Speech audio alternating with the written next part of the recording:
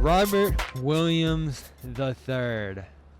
20 points, 9 rebounds, 8 assists, 2 blocks. Can you say stat stuffer for this guy at this point? It's unreal what he's done since March began. And over the last 3 games where he's moved into the starting lineup for the Celtics, going back to the Milwaukee series, you're seeing a whole new Robert Williams, an upper echelon that he's meeting game in and game out for this team, especially on the offensive end of the floor. Just an incredible performance for Robert Williams. If you watch that first video on the Celtics and the Rockets, sees 118 to 102, and a big part the margin was that wide, was Rob's passing in the fourth. Sets up 4 straight Evan Fournier threes out of the high post action. Begins this game, catching a few alley-oops, finishing at the net, cutting off Tatum on an early post-up, as well as assisting on a few early baskets as well. And it all rounded out to be perhaps his best game as a professional so far. And he has had quite a few of those going back to March 1st.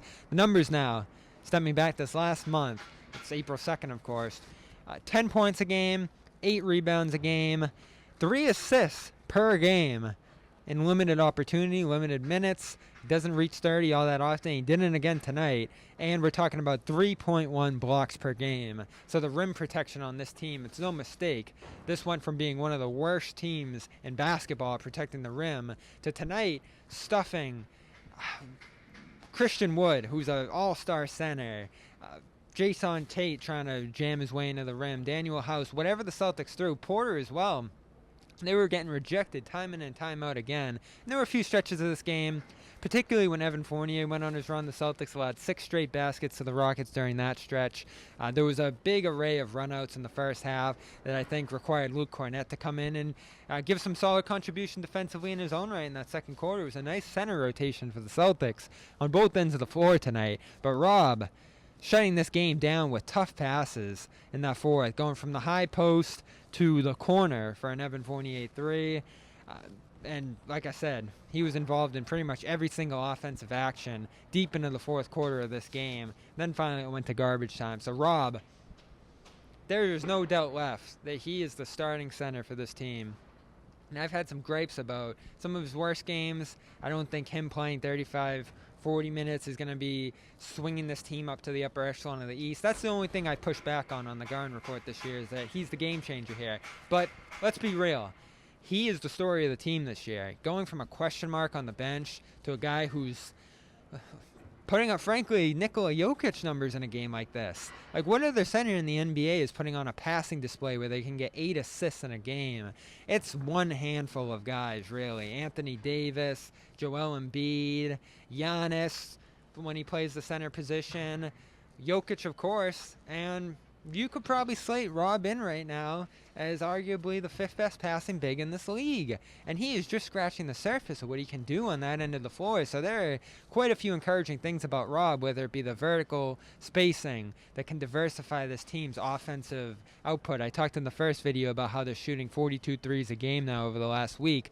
Well, if you generate 9 shots at the rim, and it was really 10 because he went to the free throw line once in this one and hit 2 or 3, all of a sudden you're talking 43s plus 10 shots at the basket, where Rob is shooting 74% since March started. That's a nice offensive diversification for a team. Like, that's a nice portfolio, nice shot chart.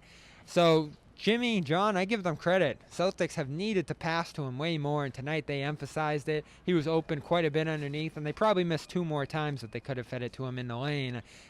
4 offensive rebounds in this one, a couple putbacks. A few times they left him out of position in transition, but ultimately this built such an advantage for the Celtics starters again tonight. He fits so well with Kemba Walker and Marcus Smart passing as well as they did that the Celtics were overwhelming offensively.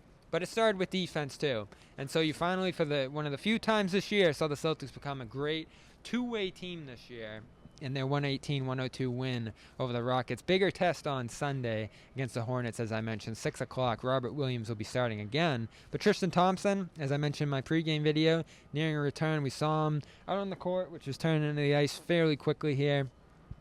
And practicing some post-ups, taking a few corner threes. It wasn't a very long warm-up for Tristan, but they probably need him to round out this center rotation where Luke Kornet's looking okay, serviceable. Thompson can firmly be the backup here, give them a change of physicality inside, more of a bruiser. But ultimately, this is Robert Williams' team at center. That's what the Daniel Tice deadline deal solidified. And the Celtics are getting great early returns. One more point on that. One foul in 26 minutes. It's just another stride from Rob. So I know I've been tough on him. I'm tough on Rob because I see the potential. And so you're hard on those guys. Jason Tatum, Jaylen Brown.